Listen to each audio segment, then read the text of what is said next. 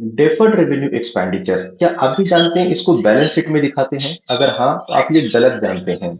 Trust me. Deferred revenue expenditure का मतलब हम लोग क्या जानते हैं कि कोई भी ऐसा नेचर का, सॉरी, कोई भी ऐसा एक्सपेंसेस जो बाय डिफॉल्ट रेवेन्यू नेचर का है, लेकिन उसकी लाइफ इतनी ज्यादा है कि उसका पूरा बेनिफिट हम लोग एक साल में यूज नहीं कर सकते हैं। लेकिन डेफर्ड रेवेन्यू एक्सपेंडिचर का सबसे बड़ा ड्रॉबैक ये है कि वो कितने आने वाले सालों तक आप यूज कर पाएंगे इसका पता नहीं है। बहुत बार अपनी गलती कर लेते हैं कि डेफर्ड रेवेन्यू एक्सपेंडिचर को हम लोग मान लेते हैं it is the part of intangible asset. अरे नहीं भाई नहीं।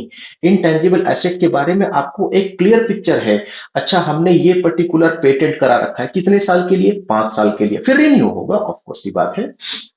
हमने पर्टिकुलर एक एडवर्टाइजमेंट करा रखा है, हेवी एडवर्टाइजमेंट करा रखा है, कितने साल के लिए? हेवी एडवर्टाइजमेंट है, ये समझ में आ रहा है कि मेरा कंपनी का साइज के हिसाब से पूरा पूरा बेनिफिट हम एक साल में यूज नहीं कर पाएंगे, 100% बात है। लेकिन आने वाले कितने सालों तक ये बेनिफिट देगा आपको पता है इसका टाइम? नहीं, खाली ये पता है कि नहीं, एक साल में तो नहीं पचा पाएंगे भाई, एक साल में तो नहीं एडजस्ट हो पाएगा।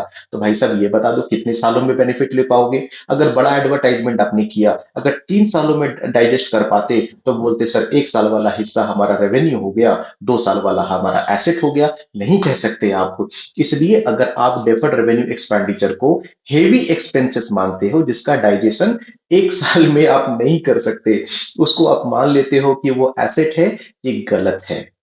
एसेट मानो, लेकिन आप तब मानोगे जब उसका आपको आने वाला साल का बेनिफिट पता हो, इतने सालों तक बेनिफिट देगा।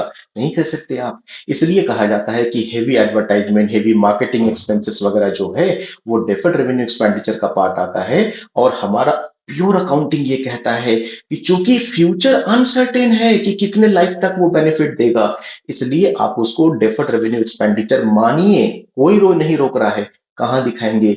पीएल अकाउंट में दिखाएंगे, बैलेंस शीट में नहीं दिखाएंगे। बहुत सारी किताबें, छोटी छोटी किताबें गलती कर रखी हैं, आप उसको फॉलो नहीं करेंगे। हायर एजुकेशन में आप जानेंगे डेफर्ड रेवेन्यू एक्सपेंडिचर जिस साल हुआ खत्म करो, प्योर एक्सपेंस मान के फ्यूचर बेनिफिट्स का आप लाइक लाइफ एस्टिमेट नहीं कर सकते जैसे पेटेंट कॉपीराइट वगैरह का कर सकते हैं। तो आप उसको पीएल अकाउंट में दिखाएंगे, इंटेंजिबल एसेट्स को आप दिखाएंगे बैलेंस शीट में। लेकिन डेफर्ड रेवेन्यू एक्सपेंडिचर कहां जाएगा बोलो? पीएल अकाउंट में। एकदम क्रिस्टल क्लियर इंफॉर्मेशन होनी चाहिए, है ना?